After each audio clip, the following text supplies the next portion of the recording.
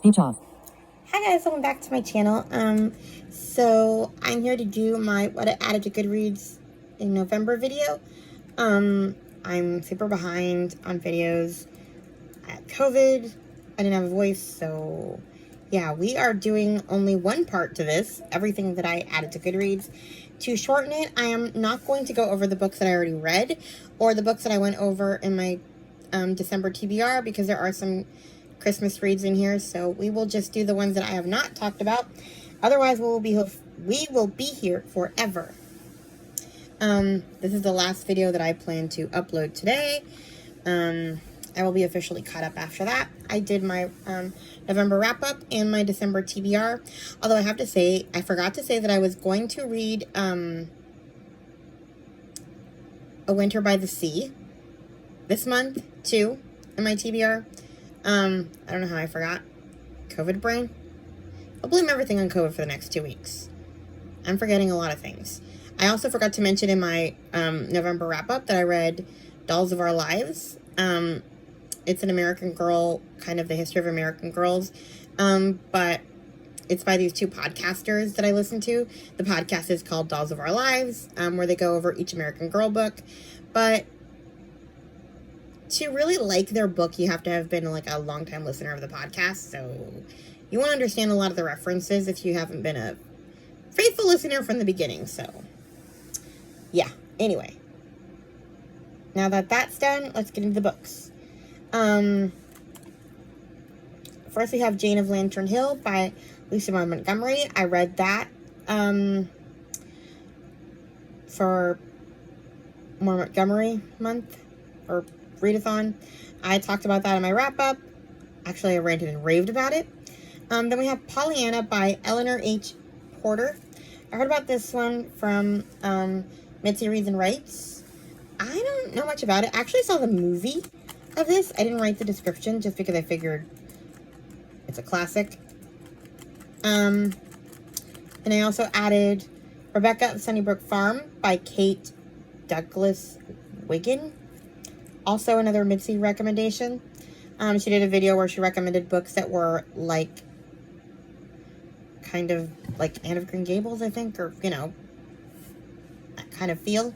Then I added Emily of New Moon by Ella Montgomery. I haven't read this series at all. I was going to read it this month, but I didn't. Jane of Lantern Hill made me so mad that I was just like, I'm done. Anyway, let's get into some descriptions. First book I have is The Truth About the Accident by Nicole Trope. I was looking through my Audible and I realized I never added this to Goodreads, even though I owned it. I gaze at my husband's once handsome face, so still and pale in the hospital bed. The doctors say I should keep talking. He might be able to hear me even after the terrible accident that left him fighting for his life. But all I have to whisper to my husband is, I know what you did. What? I need to know what he did.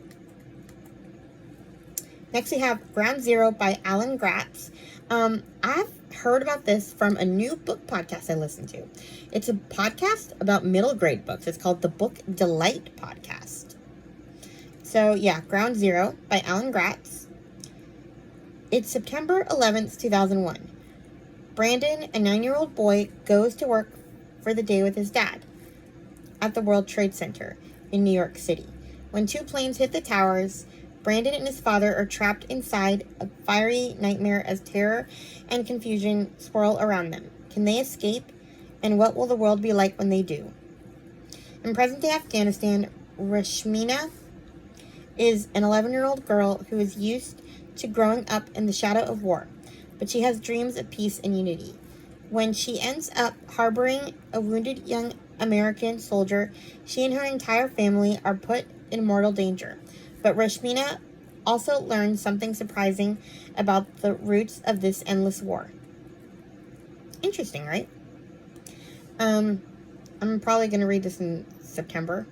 I try to read stuff about September 11th during that month. I didn't this year for some reason. Next we have The Fairy Tale Fan Club. Legendary Letters Collected by Cece Sicily by Richard, I cannot pronounce this last name. another book from the Book Delight podcast. What if you could send fan mail to your fairy tale idols? And what if they wrote back?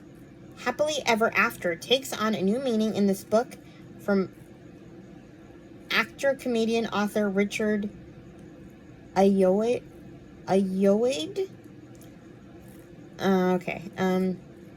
It's once upon a time, as only the irreverently witty... Okay.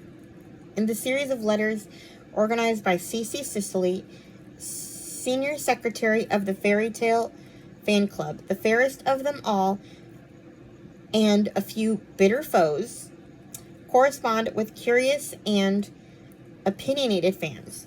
So if you've ever wondered how a less than genius and less than clothed emperor fell for a certain con, how the big bad wolf is handling Meatless Mondays, or whether Rapunzel recommends going for the big chop? What? No need to look far, far away.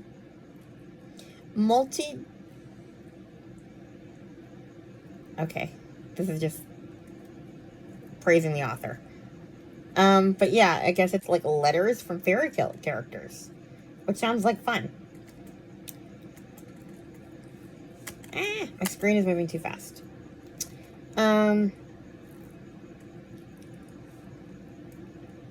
Next we have... Okay.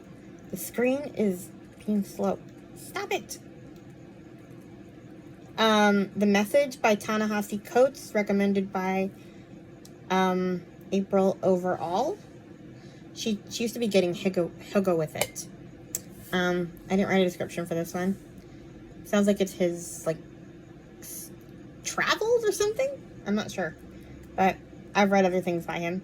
Then I added Unyielding Hope, When Hope Calls, number 1 by Jeanette Oak. I watched the show when it was on TV. It's kind of a spin-off of When Calls the Heart. But the show never... It's kind of a spin-off of the show When Calls the Heart, because the books and the show for When Calls the Heart are completely different. But in the show, it shows this orphanage, and When Hope Calls kind of became a TV series, so it'll be interesting to read the actual book series. It's about two sisters who were, like, separated, and they reunite as adults. One of them was in an orphanage as a child, and one of them was adopted. So they reunite as adults to, like, start a children's home and get kids adopted, and it sounds fun. I'm hoping I like the books better than the show, because I did not really like the show. Heard about this one from Book Lover Amanda. I didn't even know it was a book series. I thought it was just some spin-off that Hallmark came up with. Then we have The Forgotten Book by Maxfield Glazer. Heard about this one from Chantel Reads All Day. A Jane Austen-inspired YA tale about a 16-year-old girl who finds a magical book and discovers that anything she writes inside it comes true. Emma is used to things going her way. Her father is headmaster of her prestigious boarding school. Her friends take her advice as gospel, and she's convinced that her relationship with her longtime crush is on the horizon. As it turns out, Emma hasn't seen anything yet. When she finds an old book in an abandoned library, things really start going Emma's way. Anything she writes in the book comes true. But the power of the book is not without consequence, and Emma soon realizes that she isn't the only one who knows about it. Someone is determined to take it from her, and they'll stop at nothing to succeed. A new boy in school, the arrogant, aloof, and irritatingly handsome Darcy De Winter becomes Emma's unlikely ally, as secrets are revealed and danger creeps ever closer. Sounds fun. Next we have The House of Lincoln. I already read this. Talked about it in my wrap-up, so we will not be talking about that. The next one we have is The Librarian Spy by Madeline Martin. I heard about this one from Lindsay's Little Library. A moving novel inspired by the true history of America's library spies of World War II. Ava thought her job as a librarian at the Library of Congress would mean a quiet, routine existence. But an unexpected offer from the U.S. military has brought her to Lisbon with a new mission, posing as a librarian while working undercover as a spy, gathering intelligence. Meanwhile, in occupied France, Elaine has begun an apprenticeship at a printing press run by members of the resistance. It's a job usually reserved for men, but in the war, those rules have been forgotten. Yet she knows that the Nazis are searching for the press and its printer in order to silence them. As the battle in Europe rages, Ava and Elaine find themselves connecting through coded messages and discovering hope in the face of war. Sounds fun. I mean, it's war, so not fun. And we have Justice by Emily Conrad. I heard about this one from Katie from Paperbacks and Ponytails. Jake thought he was meant to marry Brooklyn, but now she's pregnant and he had nothing to do with it. Brooklyn can't bring herself to name the father as she wrestles with questions about what her pregnancy means and how it will affect her relationship with Jake. If Harold Keene, the man who owns the bookstore across from Jake's coffee shop, has anything to do with it, the baby will ruin them both. I don't know what that means, but okay. Next we have The White Rose Resists by Amanda Barrett. Also another Katie book. The ideal of a new Germany swept up Sophie Scholl in a maelstrom of patriotic fervor. That is, until she realizes the truth behind Hitler's machinations for the fatherland. Now she and other students in Munich, the cradle of the Nazi government, have banded together to form a group to fight for the truth, the White Rose, risking everything to print and distribute leaflets calling for Germans to rise up against the evil permeating their country. The White Rose treads a knife's edge of discovery by the Gestapo. Sounds good to me. Then we have The Scandalous Confessions of Lydia Bennet, Witch by Melinda Taub. I heard about this one from Catherine from the Sarah's Bookshelf Live podcast. It was like a recommended read from her. It sounds wild, actually. It's a witchy retelling of Pride and Prejudice. A sparkling witchy reimagining of Pride and Prejudice told from the perspective of the troublesome and, according to her much maligned youngest Bennet sister, Lydia. Lydia Bennet puts pen to paper to relate the real events and aftermath of the classic story from her own perspective. Some facts are well known. Mrs. Bennet suffers from her nerves, Mr. Bennet suffers from Mrs. Bennet, and all 5 daughters suffer from an estate that is entailed only to the male heirs. But Lydia also suffers from entirely different concerns. Her best-loved sister Kitty is really a barn cat, and Wickham is every bit as wicked as the world believes him to be. But what else would you expect from a demon? Okay, then. I don't know how I feel about that. And if you think Mr. Darcy was uptight about dancing etiquette, wait till you see how he reacts to witchcraft. Most of all, Lydia has yet to learn that when you're a witch, promises have power.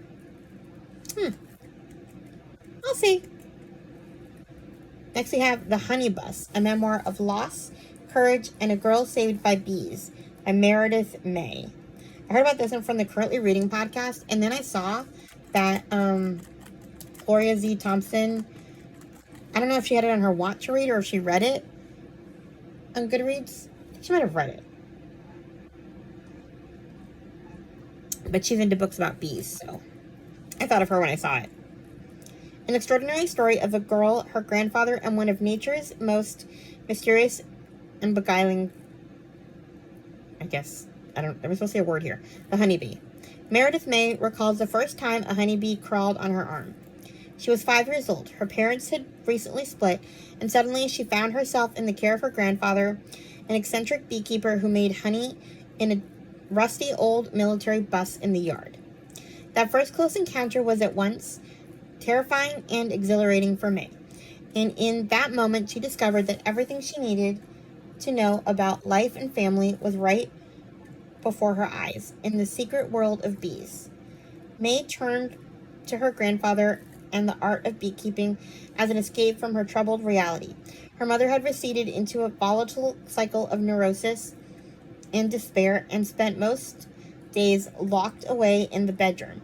It was during this pivotal time in May's childhood that she learned to take care of herself, forged an unbreakable bond with her grandfather, and opened her eyes to the magic and wisdom of nature. The bees became a guiding force in May's life, teaching her about family and community, loyalty and survival, and the unequivocal relationship between a mother and her child. Part memoir, part beekeeping odyssey, The Honey Bus is an unforgettable story about finding home in the most unusual of places and how a tiny little understood insect could save a life. And it turns out that this isn't even her grandfather. This is her step-grandfather, which honestly makes it cooler. Next we have The Lion Women of Tehran by Marjam Kamali. Another recommendation from the Currently Reading podcast. I've heard about this already, but for some reason they convinced me to read it. In 1950s Tehran, 7-year-old Ellie lives in grand comfort until the untimely death of her father, forcing Ellie and her mother to move to a tiny home downtown. Lonely and bearing the brunt of her mother's endless grievances, Ellie dreams of a friend to alleviate her isolation. Luckily, on the first day of school, she meets Homa, a kind, compassionate girl with a brave and irrepressible spirit. Together, the two girls play games, learn to cook in the stone kitchen of Homa's warm home, wander through the colorful stalls of the Grand Bazaar, and share their ambitions for becoming lion women. But their happiness is disrupted when Ellie and her mother are afforded the opportunity to return to their previous life.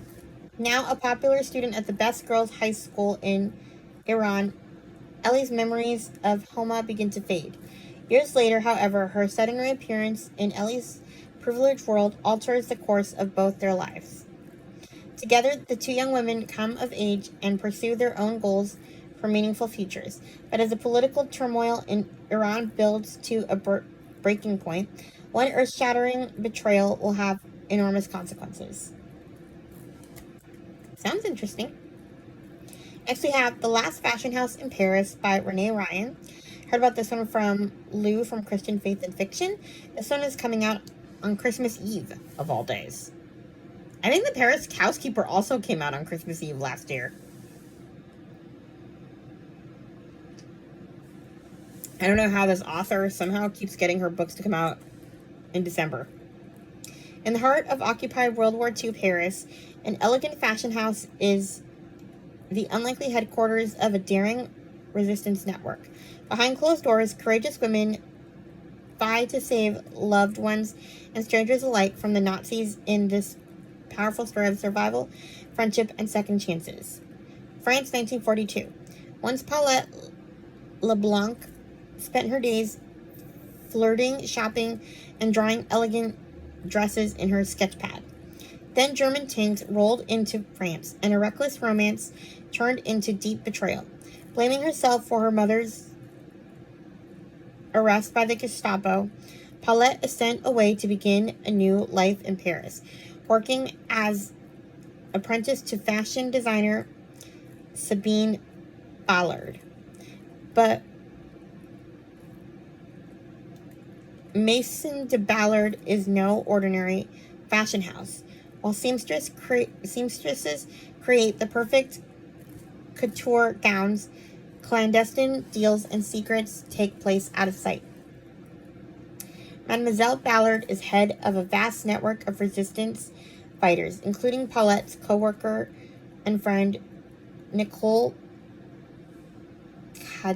I can't speak French, who help escort downed military men and Jewish families into safety. Soon Paulette is recruited as a spy. Working as a seamstress by day, gathering information at glamorous parties by night, Paulette at last has a chance to earn the redemption she craves. But as the SS closes in and Nicole goes missing, Paulette must make life and death decisions about who to trust, who to love, and who to leave behind. Sounds good to me. Next we have Midnight on the Scottish Shores by Sarah Sundin. I heard about this one from Lou from Christian Faith and Fiction. This is coming out on February 4th. I love Sarah Sundin. The only way Scylla van der Zee can survive the German occupation of the Netherlands is to do the unthinkable. Become a spy for the Nazis in Britain. She soothes her conscience with the plan to abandon her mission and instead aid the Allies. Her scheme is thwarted when naval officer L.T. Lachlan Mackenzie finds her along the Scottish shore and turns her in to be executed. Perhaps she is more useful alive than dead. British intelligence send her to Scotland to radio misleading messages to Germany. Messages about the naval base at Scapa Flow to be crafted by Lachlan. At the station in the lighthouse at Dunnet Head, Lachlan and Scylla must work together if the war is to be won. But how can he trust a woman who arrived on his shores as a tool of the enemy? A woman certain to betray both him and the Allied cause. I'm in. Then we have Lula Dean's Little Library of Banned Books by Kirsten Miller. The provocative... Okay.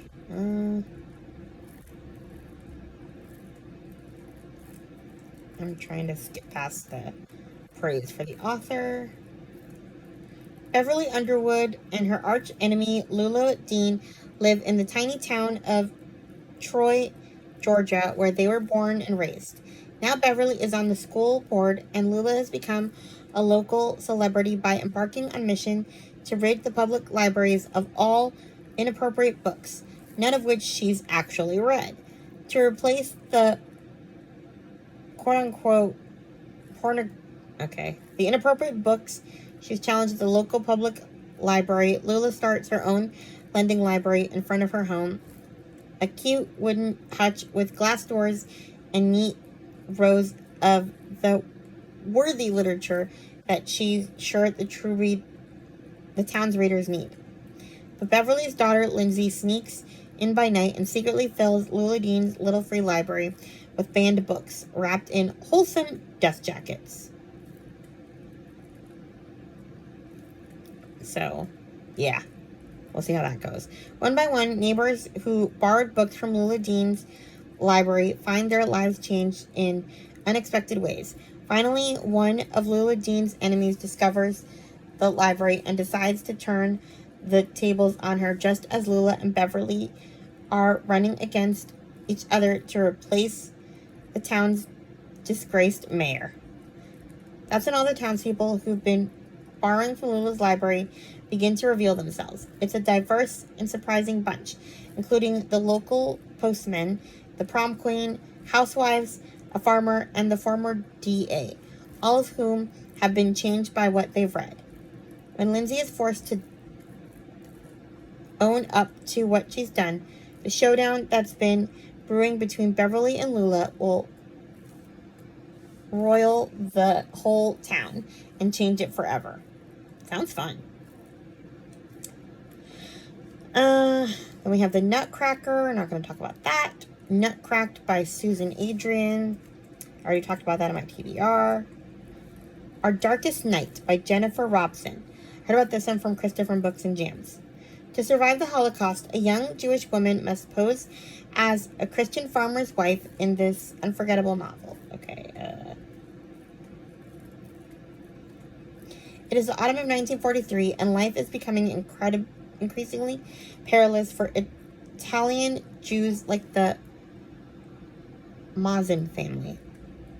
With Nazi Germany now occupying most of her beloved homeland, and the threat of imprisonment and deportation growing ever more certain, Antonia Mazin has but one hope to survive: to leave Venice and her beloved parents and hide in the countryside with a man she has only just met.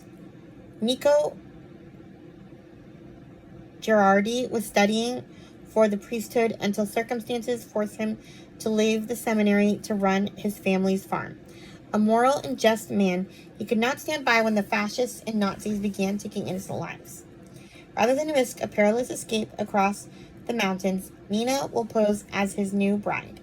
And to keep her safe and protect secrets of his own, Nico and Nina must convince prying eyes they are happily married and in love. But farm life is not easy for a cultured city girl who dreams of becoming a doctor like her father, and Nico's provincial neighbors are wary of the soft and educated woman they do not know. Even worse, their distrust is shared by a local Nazi official with a vendetta against Nico. The more he learns of Nina, the more his suspicions grow, and with them his determination to exact revenge. As Nina and Nico come to know each other, their feelings deepen, transforming their relationship into much more than a charade. Yet both fear that every passing day brings them closer to being torn apart. I'm in. I need some tea.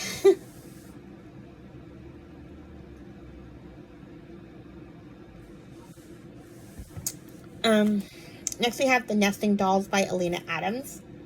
Heard about this one from Gloria Z. Thompson. Spanning nearly a decade from 1930s Siberia to contemporary Brighton Beach, a page-turning epic family saga centering on 3 generations of women in one Russian Jewish family, each striving to break free of fate and history, each yearning for love and personal fulfillment, and how the consequences of their choices ripple through time. I'm going to stop there. I feel like if you describe all the families the way it was in the description, it's almost spoiling it a little bit. Really, it's about these 3 different women in 3 different time periods and kind of how they come together. Next we have The Last Christmas in Paris by Hazel Gaynor and Heather Webb. I talked about this one in my my TBR, so we're not talking about that anymore. I also talked about Christmas with the Queen. Okay, here's another one. Another war book. I have a lot of war books. I think because November was Historathon, so I was getting all the war recommendations. What I Left for You, Echoes of the Past, Book 3 by Liz Tolsma. Heard about this one from Kristen Face and Fiction. This one just came out today. This looks like a series that, it's called Echoes of the Past, but I don't think it's a series that you have to read in order. Each book is about a different family, hence why it's called Echoes of the Past, from what I understand. So, honestly, I might just read this one because it sounds the most intriguing. A family's ties were broken in Poland of 1939. Helena Kostizak is an oddity, an educated female ethnic minority lecturing at a university in Krakow at the outbreak of World War II. When the Germans closed the university and forced Jews into the ghetto, she spirited out a friend's infant daughter and flees to her small village in the southern hills. Helena does everything in her power to protect her family, but it may not be enough. It will take all of her strength and God's intervention for both of them to survive the war and the ethnic cleansing to come. 2023. Recently unengaged social worker McKenna Muir is dealt an awful blow when a 2-year-old she's been working with is murdered. It's all too much to take, so her friend suggests she dive into her family's past like she's always wanted. Putting distance between herself and her problems might help her heal. So she and her friend head on sabbatical to Poland. But what McKenna discovers about her family shocks everyone, including one long-lost family member. I'm totally in. I kind of want to read it now. We're not talking about Dear Santa by Debbie Maycomer. I already talked about that in my TBR. And we're not talking about The Christmas Bus or The Book Club Hotel. Oh, good. in that case, we are done. That is everything that I added to Goodreads in November. I'm hoping to get a lot of Christmas recs in December. Everybody's doing Vlogmas, so yeah. I'm also really picky about my Christmas recs, so I haven't gotten anything so far as of today's Vlogmas videos. But yeah. Anyway, that's all I have. Please like, comment, and subscribe. Oh, and I posted my blindness related Q&A before I got COVID. So if you guys want to check that out, you can go to my channel and do that. I had a really good time filming that, so if you guys will give it a watch. It's kind of long, so you know, when you have a minute. Anyway, please like, comment, and subscribe, and I'll talk to you guys in my next video. Bye. Speech on. Stop recording video.